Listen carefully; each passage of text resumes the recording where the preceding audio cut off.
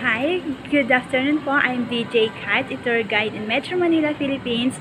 We are here in the Intramuros Museum right now. That time po, nasa Casa Museum Intramuros naman po tayo. But this time, nandito naman po tayo sa Intramuros Museum.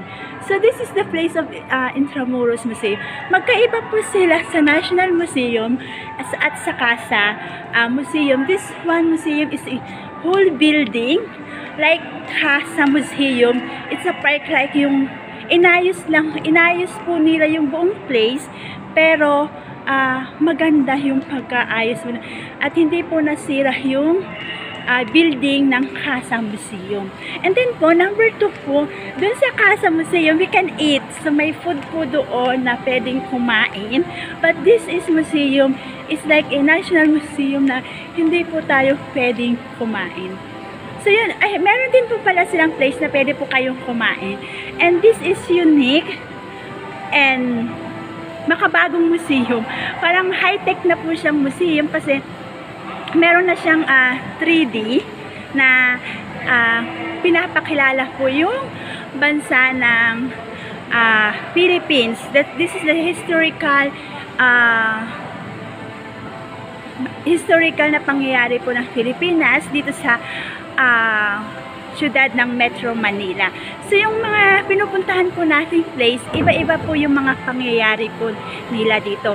So dito makikita po natin yung pagkakaiba po ng museum. Why we have a museum?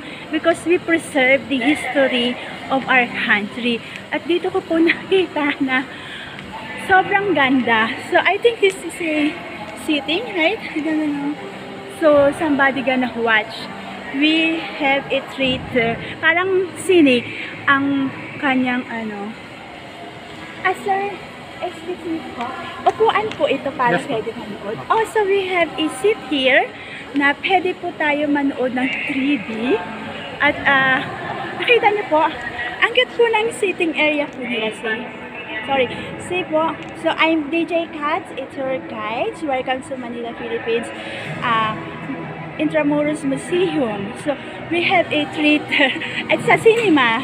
Parang ang cute po nung nila, upuan. And we have sit here to watch the movie of the historical of Intramuros here in Metro Manila, Philippines. So, madali lang po ang biyahe dito from Naiya. Down here, pwede po kayo mag-taxi at diretso po sa museum. Pero pwede rin po kayo mag-taxi to Naiya Airport, going to Luneta National Museum, Intramuros. It's very unique place and mag-i-enjoy na po kayo sa lahat. Pag dating niyo po sa Intramuros, you can go to Quiapo Church, Binondo Church, then to the high-tech, ibig sabihin yung pamilihan ng pambansang pamilihan ng Manila is the whole Philippines is the Divisoria area. Sa Divisoria area po, mabilis lang din po doon, may mga hub din po. Kung gusto niyo po mag-ikot-ikot sa Quiapo, then you can buy anything that you gawa ng Philippines, gawa ng other country or Asian country that you can buy on that Divisoria area. So dito po, cute po siya. Maganda po ito and this is high-tech at mag-i-enjoy na kayo pansamantala. You can sit